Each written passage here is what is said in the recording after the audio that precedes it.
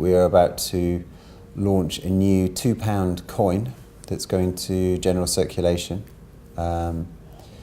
Which is the first time we've ever done money. We're actually making money now. We have a diversity of scale that we work on. We also have a diversity of production types. So from mass production, so tens of thousands of units or millions of units with the coin, to one-offs for galleries. What, you can't Are see they out? bulletproof? Really? No, they weren't like... The Olympic torch was a project which, in some ways, characterises a number of the things we've been talking about. This idea of scale of production, detail. This is quite an unusual project for us. It had to have a ceremonial quality, and it had to have a sort of a rich visual quality. But at the same time, it had to be very functional. I mean, it had to perform in extreme weather conditions. So it had to perform in high winds, low temperatures, torrential rain, all the things you'd expect in a British summer. It also has quite a lot of stories or narrative in the design too. So there are 8,000 perforations in the torch, and there were 8,000 people in the torch relay, and the relay was 8,000 miles long. So we're bringing in this, trying to bring in the story into the design too, so that it means something. Okay, so this is a new chair that we've designed with Vitra.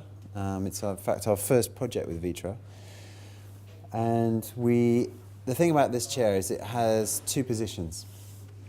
You have the normal sitting position, and then you have the forward position. And what that enables you to do is to sit with a slightly forward tilt, which means that your back is kept much straighter. The main reason for it was that we were originally designing for a school, and in schools kids like to move around, and so to have controlled movement whilst you're sitting, also like this, keeps the blood moving, and therefore it actually improves concentration.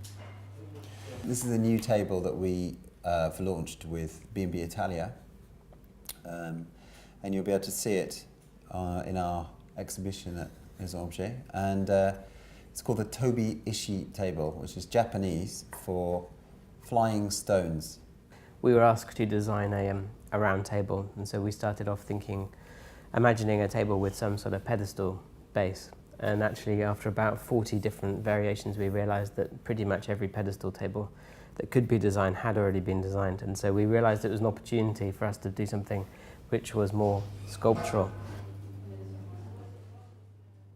I think we're quite interested in doing things which possibly are more inclusive. Yeah, I mean, that's the thing about the torch and the coin, the objects that are sort of imposed actually on the public. So it's a different aspect to designing a project, and it's an interesting new direction for us. One thing we'd really like to design would be something like a huge road bridge, something like that. Something which brings together engineering and sculpture. I think that would be the most brilliant thing to do. So if anybody has a bridge project. Somewhere maybe in France or... Yeah, maybe an intercontinental bridge. Yeah. Something, not too ambitious.